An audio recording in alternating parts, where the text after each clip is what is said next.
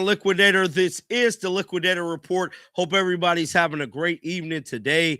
Look like Stephen A. Smith has caught himself in the middle of headlines after making some strong comments about the ICE shooting that took place in Minneapolis today. Very, very tragic event. We're not going to really dive into what caused this event, what had happened to it. I just want to react to what Stephen A. Smith had to say. There has been growing concerns about Stephen A. Smith possibly making a run for presidency. He's definitely been talking about touchy political type topics, which to each his own. You know, a lot of people feel a certain way about Stephen A. Smith. One thing I would say, he's a great sports analyst, one of the leaders in sports news. He worked for the biggest sports news company in the world, and I respect him for his craftsmanship as a reporter. Now, with that being said, let's head on over to YouTube. He did an episode today on the Stephen A. Smith show, Straight Shooter, and boy, oh boy, he was straight shooting it tonight. With that being said, let's head on over to YouTube and let's check it out. This is the latest episode of the Stephen A. Smith show that was aired today. The video was going viral, man. He has over 1,000 likes and nearly 10,000 views in the last hour. Let's check it out. That at some point in time, you got to ask yourself, what damn country do you want to live in? At some point in time, we're going to have to ask ourselves that question. And I think the time is sooner than later. Because again, from a legal perspective, don't expect this ICE officer to be prosecuted. I'm telling you right now.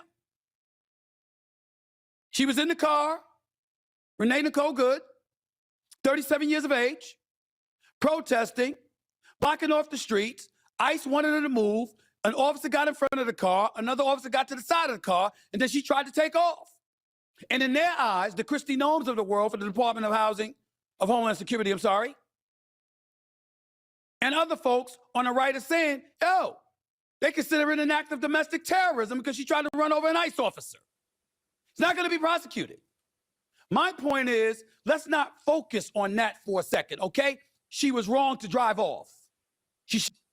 Now, I got 100% agree with that. I feel like she was wrong to drive off. She should have just pulled over or complied with the officers. But whatever the case may be, there was a tension clearly between her and the ICE officers. I'm not going to play the video. Like I stated, we're not going to dive into the whole what led up to it. But I have to agree with Stephen A. Smith there. She should have pulled over or maybe comply with the officers. Let's finish listening to what Stephen A. Smith had to say. Should not have done that. Should have got out of her car to prove that she was not going to be any harm, or she should have asked the officer, I'm pulling over, could you move out the way, please? Instead of trying to disregard him totally to the point where you're going to take off and potentially hit him, and he moves out the way and draws his gun and shoots through the front windshield and took her out. But it wasn't necessary. You could have arrested her. You could have spared the woman's life. You didn't have to kill her. We've seen plenty of incidences throughout the United States of America, historically and frequently, and recently, where people who committed crimes or people whose behavior weren't indicative of law-abiding citizens who were simply obeying law enforcement officials, we've seen them walk away alive. We've seen them walk away cuffed, but they walked away alive. So even though the law, from a literal perspective, might be on his side, the reality is that your humanity comes into question because you didn't have to kill her. She didn't have to die.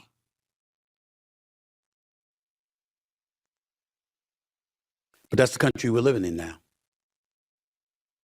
We're living in a country where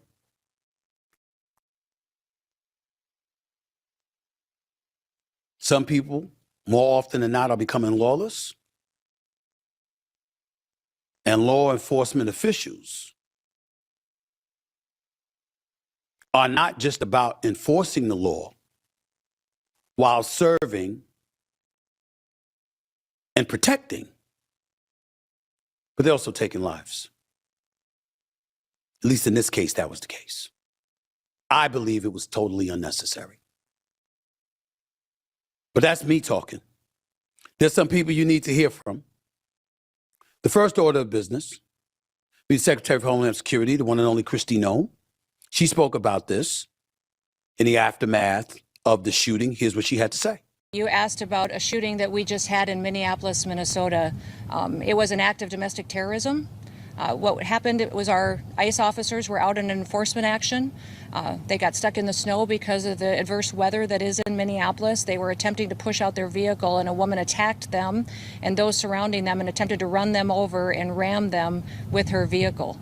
An officer of ours acted quickly and defensively shot to protect himself and the people around him.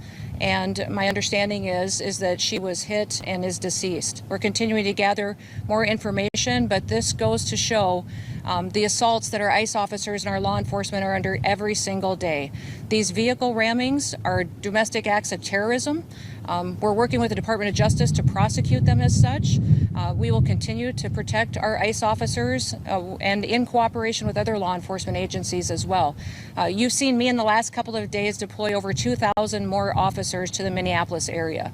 That was Kristi Noem, Department of Homeland Security. She had her say. Governor Tim Walz, former vice presidential candidate on the Democratic side under Kamala Harris. He is the governor of Minnesota. He had something to say about it as well. Listen to what he had to say. And from here on, I have a very simple message. We do not need any further help from the federal government. To Donald Trump and Kristi Noem, you've done enough. There's nothing more important than Minnesotan safety. I've issued a warning order to prepare the Minnesota National Guard. We have soldiers in training and prepared to be deployed if necessary. I remind you, a warning order is a heads up for folks. And these National Guard troops are our National Guard troops. They're teachers in your community. They're business owners. They're construction. Hold on. So, by the way this is sounding from Governor Tim Walz, is they about to fight ICE in Minnesota? Because this is the tone I'm hearing a little bit. That it sounds like to me, from the outside looking in, that they is about to go combat with ICE. Professionals, they are Minnesotans. Minnesota will not allow our community to be used as a prop in a national political fight. We will not take the bait. We will continue to update you, Minnesota, as we get more information. That was his way of putting it, which I would say is a bit tepid and diplomatic compared to what you're about to hear next. Listen to the mayor of Minneapolis, Minnesota, Mr. Jacob Frey. What do you think about T-Mobile? So, guys, I'm not going to play any of his clip because of the language. Now, something I am going to play is a witness from this whole scene today. This is what she had. They clearly wanted her out of there because she was the main car leading the protest, is my understanding. I talked to another guy who was driving behind her, but she was very successful in blocking traffic. She was doing what she was set out to do, and so they wanted to get her the hell out of there. Yeah. So it looked like she was impeding ICE vehicles. Definitely, yeah, Okay. That was her goal. They clearly wanted her out of there because she was the main car leading the. So that was the witness to everything that took place today. I want to send prayers out to all the families that was affected by this. Guys, get down in the comment section. Let me know your thoughts about what Stephen A. Smith had to say, what the governor had to say, what the Homeland Security Secretary had to say. Definitely, I will be tracking this as long as, you know what I'm saying, it corresponds with what we're talking about here on the channel. Guys, definitely get down in the comment section. Let me know your thoughts about this one. Keep them bells on. I will be back with more content. I am John the Liquidator. This has been another episode of the Liquidator Report. Until next time, peace out.